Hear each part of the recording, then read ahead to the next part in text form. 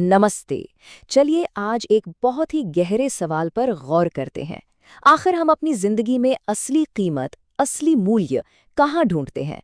ये एक ऐसी खोज है जो हमें बताती है कि जो चीजें हमें परमानेंट लगती हैं, वो अक्सर बस एक भ्रम होती हैं। सोचिए जरा, हम सब अपनी सबसे बड़ी उम्मीदें कहाँ लगाते हैं, है ना? दौलत में, समाज में, अपने रुतबे में, अपने रिश्तों में। हमें लगता है कि ये सब चीजें हमें सुरक्षा देंगी, खुशी देंगी। पर सोचने वाली बात यह है कि क्या ये उम्मीदें सच में किसी ठोस नींव पर टिकी हैं? चलिए इसी सवाल से आज की बात शुरू करते हैं। और देखिए, आज की हमारी पूरी बातचीत इसी एक लाइन की गहराई में छिपी है। ये हमें एक बहुत ही सीधी और सच्ची बात याद दिलाती है कि हम जिन भी भौतिक चीजों से, जिन्हें यहाँ पुद्गल कहा गया है, उनसे उम्मीद लगाते हैं, वो सब के सब मिट जाने वाली हैं। ये हमारे सपनों और हकीकत के बीच का एक टकराव है, और आज हम इसी को समझने की कोशिश करेंगे। अच्छा, तो इस बात को और अच्छे से समझने के लिए चलिए 3 बहुत ही दमदार कहानियों को देखते हैं। ये कहानियां हमें दिखाएंगी कि ये अस्थिरता का नियम कैसे काम करता है। तो पहली कहानी है एक राजा की। सोचिए, एक ऐसा राजा जिसने एक ऐसा महल बनाने का सपना देखा जो बस कल्पना में ही हो सकता था। सालों की मेहनत लगी और आखिरकार एक ऐसा शानदार महल बनकर तैयार हुआ जो किसी ने कभी देखा नहीं था। और वो राजा बड़े गर्व से उस महल में अपना पहला कदम रखता है। बस वो अपनी पहली रात उस सपने जैसे महल में गुजारने ही वाला था कि अचानक आसमान से एक जोरदार बिजली गिरी और वो पूरा का पूरा महल राजा के साथ बस एक पल में राख हो गया। सब कुछ खत्म। अब आते हैं दूसरी कहानी पर। यह कहानी है दौलत में रखी उम्मीद की। एक किसान था जिसने अपनी पूरी जिंदगी लगा दी। क्यों?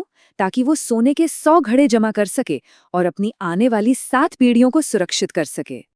उससे लगा, भाई घर में इतना सोना रखना ठीक नहीं। तो उसने वो सारे घड़े ले जाकर एक सुनसान जगह पर जमीन में गाड़ दिए। पर जब वो अगले दिन अपनी जिंदगी भर की कमाई देखने गया, तो वहां क्या था? सिर्फ एक खाली गड्ढा। सब कुछ गायब। सोचिए, पूरी जिंदगी की मेहनत एक रात में मिट्टी हो गई। और हमारी तीसरी और आखिरी कहानी वो उम्मीद को एक रिश्ते में ढूंढती है। एक राजकुमार था जिसने एक बहुत बड़े स्वयंवर में अपनी तीरंदाजी के कमाल से राजकुमारी का दिल जीत लिया। हर तरफ बस उसी की जीत के चर्चे थे। राजकुमारी हाथ में वरमाला लिए राजकुमार की तरफ बढ़ी। मतलब पूरा माहौल, सब सांसें रोके देख रहे थे। लेकिन जैसे ही वो माला पहनाने वाली थी, ठीक उसी पल उसकी धड़कन रुक गई और वो वहीं गिर पड़ी। जिस मंजिल के लिए इतनी मेहनत की, वो मंजिल पर पहुंचते पहुंचते ही हाथ से निकल गई। तो देखा, ये तीनों कहानियां हमें घुमा फिराकर उसी एक बात पर ले आती हैं। जैसा कि इस पंक्ति में कहा गया है, हम इस भौतिक दुनिया में जिस भी चीज को पकड़ने की कोशिश करते हैं, चाहे वो कोई शानदार महल हो, जमा की हुई दौलत हो या कोई प्यारा सा रिश्ता, सब कुछ टेम्पररी है, सब कुछ मिटने वाला है। तो फिर सवाल उठता है कि अगर सब कुछ टेम्पररी ही है, तो क्या कुछ ऐसा भी है जो हमेशा रहता है? और यहीं से हम 2 अलग-अलग सच्चाइयों की तरफ बढ़ते हैं। देखिए, दर्शन में इसे 2 शब्दों से समझाया गया है। पुद्गल मतलब ये भौतिक दुनिया, और चेतन यानी हमारी आत्मा। अब यहाँ देखिए, पुद्गल क्या है? वो सब जो नाशवान है, क्षणिक है, जिसे देखा जा सकता है, जैसे हमारा ये शरीर, ये दुनिया। और दूसरी तरफ है चेतन, जो हमेशा रहता है, कभी नहीं बदलता और इन सब चीजों को देखने वाला है, हमारा असली मैं। चलिए पुद्गल को थोड़ा और समझते हैं। पुद्गल मतलब वो सब कुछ जो बनता है और बिगड़ता है। वो हर चीज जिसे हम अपनी आंखों से देख सकते हैं, छू सकते हैं, महसूस कर सकते हैं।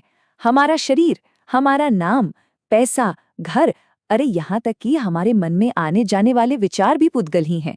ये सारी बाहरी दुनिया। और ठीक इसके उलट है चेतन। चेतन क्या है? हमारा असली वजूद। वो चेतना जो न कभी पैदा होती है, न कभी मरती है।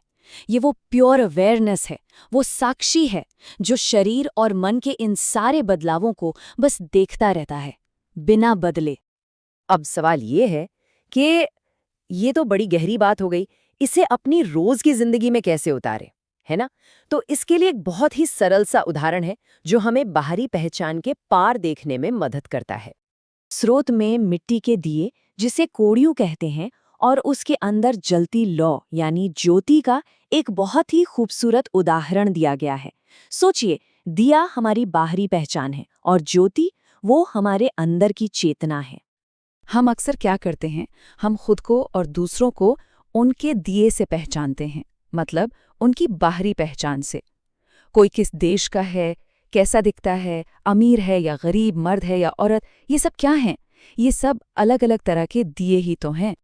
लेकिन यहाँ सबसे ज़रूरी बात ये है कि दिए भले ही कितने अलग अलग क्यों ना हों, उनके अंदर की जो रोशनी है, जो लौ है, यानी जो चेतन है, वो सब में एक जैसी है।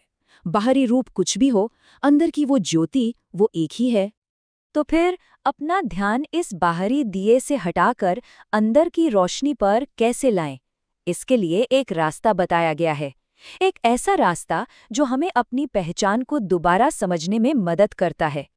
इस रास्ते पर आगे बढ़ने के लिए हम 3 बहुत ही पावरफुल एफर्मेशंस या कह लें कि 3 सच्चाइयों से शुरुआत कर सकते हैं। ये 3 बातें हमें अपनी बाहरी पहचानों के जाल से निकालकर अपने असली स्वरूप के करीब ले जाती हैं। पहली सच्चाई, मैं नामहीन हूं। हमारा नाम बस एक लेबल ही तो है जो कुछ समय के लिए मिला है। जैसे पुराने जमाने में चक्रवर्ती सम्राट एक ही पत्थर पर अपना नाम खुदवाते थे और अगला सम्राट आकर पुराने नाम को मिटाकर अपना लिखवा देता था। नाम आते जाते रहते हैं, वो स्थायी नहीं है। दूसरी सच्चाई, मैं शरीरहीन हूं। हम अक्सर खुद को ये शरीर मान लेते हैं, लेकिन ये शरीर तो बस एक गाड़ी की तरह है जिसमें हम कुछ समय के लिए सफर कर रहे हैं। ये बूढ़ा भी होगा, बीमार भी होगा और एक दिन इसे यहीं छोड़कर जाना होगा। हम ये शरीर नहीं, बल्कि इसके अंदर की चेतना है। और तीसरी और आखिरी सच्चाई, मैं संपत्तिहीन हूं। हम जो भी धन दौलत, जो भी चीजें इकट्ठा करते हैं, वो सब यहीं रह जाती हैं। कहा जाता है कि अगले जन्म में इंसान घास का एक तिनका तक अपने साथ नहीं ले जा सकता।